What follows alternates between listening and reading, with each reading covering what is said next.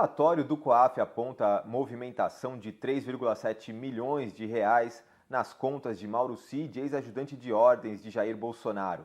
Elcio de Queiroz faz delação e coloca Rony Lessa como autor dos disparos que assassinaram a vereadora Marielle Franco. Israel interdita judiciário do país e faz nova guinada à extrema-direita. E no Brasil, mais uma agência de risco, dessa vez a Fitch, aumenta a nota de grau de investimento do Brasil. Eu sou José Eduardo Bernardes e nesta semana substituo Rodrigo Viana aqui no Tempero da Notícia.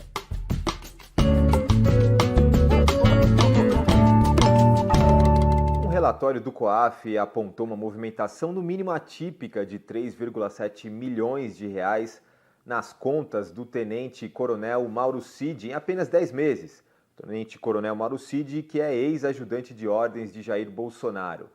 Essas movimentações aconteceram entre julho de 2022 e maio de 2023, período que inclusive compreende as eleições presidenciais no Brasil. Com um salário de R$ 26 mil mensais recebidos do Exército Brasileiro, Cid teria que ganhar cerca de 10 vezes mais para poder movimentar quantia tão absurda. O caso revelado pelo COAF lembra em muitos esquemas de rachadinha que envolveram a família Bolsonaro e o próprio ex-presidente nos últimos anos. Bolsonaro, inclusive, nunca explicou de onde saíram os R$ 89 mil depositados em cheque na conta da ex-primeira-dama Michele Bolsonaro. Mauro Cid está preso desde maio, quando uma operação da Polícia Federal acusou Cid de ter forjado cartões de vacinação contra a Covid-19 para que Bolsonaro e membros de sua família entrassem nos Estados Unidos. O COAF também identificou que Cid enviou aos Estados Unidos cerca de R$ 367 mil quando ele e Bolsonaro estiveram por lá no período pós-eleições entre dezembro de 2022 e janeiro de 2023. O COAF então suspeita que Cid esteja imputando nos crimes de lavagem de dinheiro e ocultação de bens. Será que Bolsonaro está envolvido em mais um escândalo? As investigações vão dizer. O ex-policial militar Elcio de Queiroz fez delação premiada e apontou também ex-PM Rony Lessa como autor dos disparos que assassinaram a vereadora Marielle Franco e seu motorista Anderson Gomes em 2018 no Rio de Janeiro. Elcio é amigo de longa data de Rony Lessa e admitiu que dirigiu o carro que emparelhou ao lado do carro que estava então a vereadora Marielle Franco. Ela deixava uma reunião no centro do Rio de Janeiro em 14 de março de 2018 em direção à sua residência. A versão de Elcio traz muitos elementos novos, contradizendo inclusive os depoimentos anteriores feitos por ele mesmo. Ele se disse traído por Lessa, que não contou a ele sobre ter pesquisado dados, inclusive o CPF, de Marielle Franco dias antes do assassinato. Os dois haviam dito em depoimento que se encontraram em um condomínio na Barra da Tijuca, ou Vivendas da Barra, o mesmo inclusive onde reside o ex-presidente Jair Bolsonaro, e que de lá foram a um bar ver um jogo, tudo mentira. Entre esses elementos novos está a prisão de Maxwell Simões Correia, o Suel, ex-bombeiro. Ele emprestou seu carro para armazenar armas de Rony Lessa, que depois foram jogadas ao mar, como queima de arquivo. Suel, Lessa e Queiroz têm ligações com as milícias do Rio de Janeiro. Agora, o importante dessa investigação é saber quem foi o mandante desse crime. Essa investigação está longe de acabar. Israel, nessa semana, interditou as cortes judiciais do país e fez nova guinada à extrema-direita. Uma medida capitaneada pelo premier Benjamin Netanyahu retirou poderes das cortes judiciais do país. Os israelenses foram às ruas nos últimos meses, mas não conseguiram impedir que esse projeto fosse votado com uma maioria esmagadora no parlamento, que é majoritariamente apoiador do primeiro-ministro, né? Foram 64 votos a 0, claro, contando aí com um boicote da oposição a esse projeto. Na prática, ele acaba com uma cláusula chamada cláusula de razoabilidade. É um mecanismo que permite ao judiciário validar as ações do executivo e do legislativo. São evidentes os objetivos de Netanyahu com essa medida. tanto ele quanto seus partidários de extrema-direita agora poderão governar o país sem qualquer oposição. É o caminho das ditaduras. Netanyahu, entre idas e vindas, está no poder em Israel há 20 anos, mas cada vez mais fraco. Depois de perder as eleições de 2021, inclusive acusado de corrupção, ele voltou a se eleger um ano depois, contando aí com uma oposição que não conseguiu, é totalmente fragmentada, não conseguiu se juntar para enfrentar os poderes de Netanyahu. Ele se aliou a nacionalistas e extremistas israelenses para garantir que ele pudesse, então, ser eleito novamente em dezembro de 2022. O seu governo de coalizão agora cobra a fatura desse enfraquecido primeiro-ministro.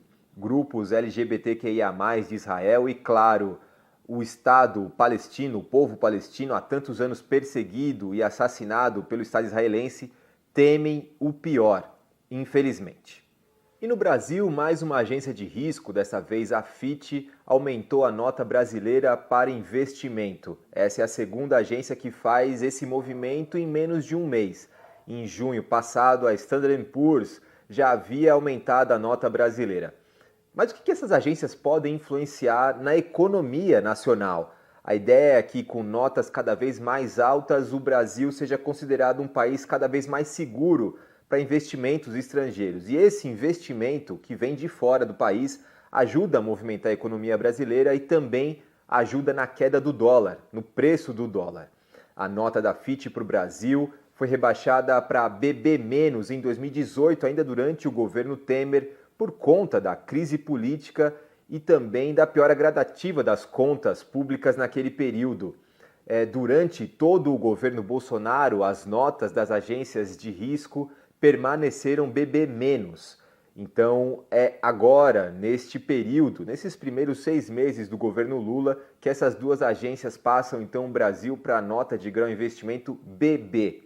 Tem também o AAA, enfim, tem notas acima, mas o Brasil já se coloca numa projeção muito mais importante para um grau de investimento. O ministro da Fazenda, Fernando Haddad, creditou a harmonia entre os poderes, essa confiança do mercado na economia brasileira. Vamos ouvir um trecho da coletiva do Haddad, onde ele comenta essa situação. Eu sempre disse e continuo acreditando que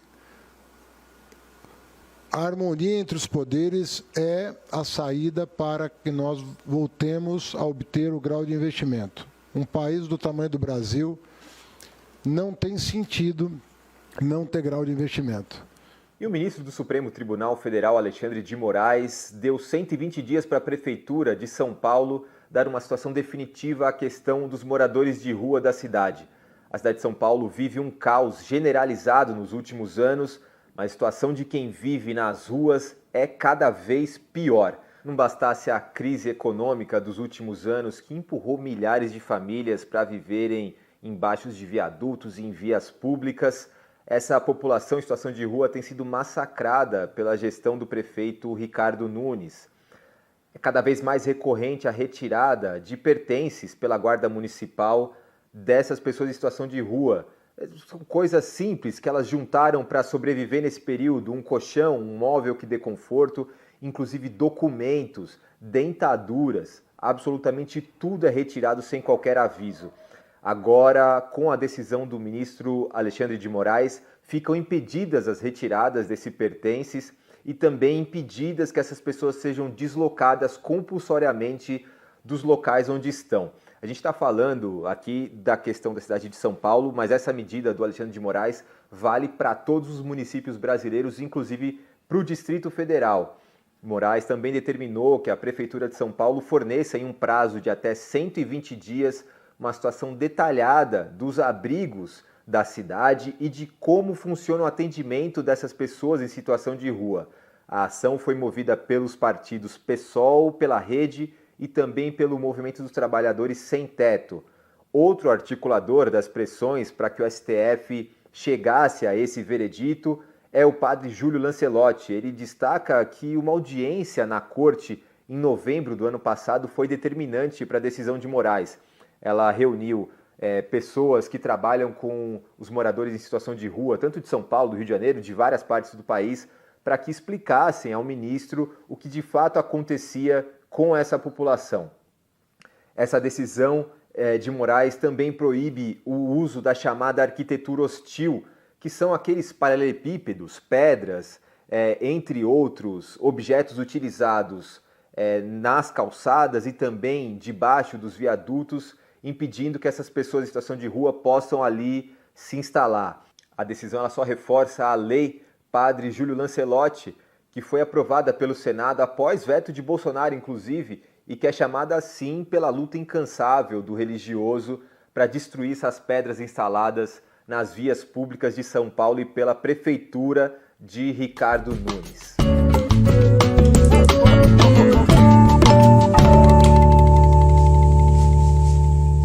E quem vai para a panela de pressão desta semana é o economista Márcio Postman, que deve assumir o IBGE, o Instituto Brasileiro de Geografia e Estatística, responsável pelo Censo Nacional e pela divulgação e levantamento de outros tantos índices importantes para a economia brasileira, como a inflação. Márcio Postman é um economista e acadêmico respeitadíssimo entre seus pares. Até 2020 foi professor titular do Instituto de Economia da Unicamp, quando se aposentou. Desde então, desde 2020, segue como professor voluntário do Instituto. Postman é um quadro técnico também importante, foi presidente do IPEA, o Instituto de Pesquisa Econômica Aplicada, entre 2007 e 2012. Também foi candidato à Prefeitura de Campinas nas eleições de 2012 e 2016, quando saiu derrotado. Agora, Postman assume um desafio dos mais importantes, que é tocar um instituto extremamente respeitado e que já funciona muito bem, que tem todas as suas estruturas montadas. O problema, na verdade, são as pressões que foram criadas em torno de sua nomeação com uma escolha pessoal do presidente Lula. Simone Tebet, que é ministra do Planejamento, e outros membros do governo federal chegaram a reclamar dessa nomeação. Mas o maior enfrentamento de Postman talvez seja com os economistas mais liberais, que atuam, alguns deles, como comentaristas de veículos tradicionais de comunicação do país. Já teve de tudo nesse período, desde piada com tweets feitos por Márcio Postman, até insinuações de que o economista poderia forjar números do IBGE ou até aparelhar o Instituto Brasileiro de Geografia e Estatística. Márcio Postman tem um desafio e tanto pela frente, mas o momento não é nada fácil, por isso ele vai para a panela de pressão.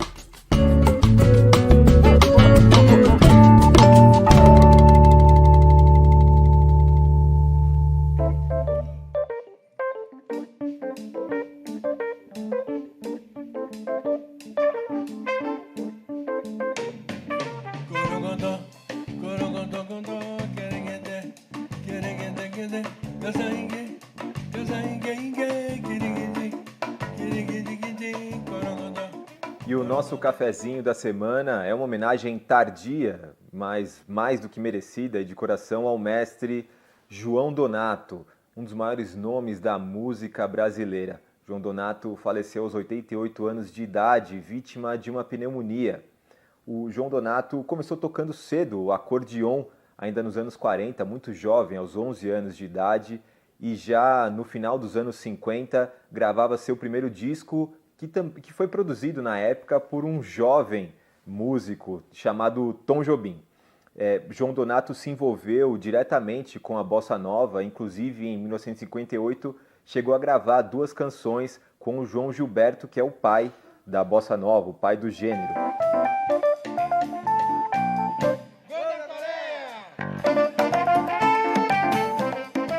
Mas Donato sempre pensou à frente. Ele não se prendeu aos formalismos da bossa nova e foi fundir o gênero com outros tantos gêneros musicais, especialmente o jazz e a música caribenha, a música cubana, criando um ritmo, um balanço, uma coisa única no Brasil, muito especial de fato.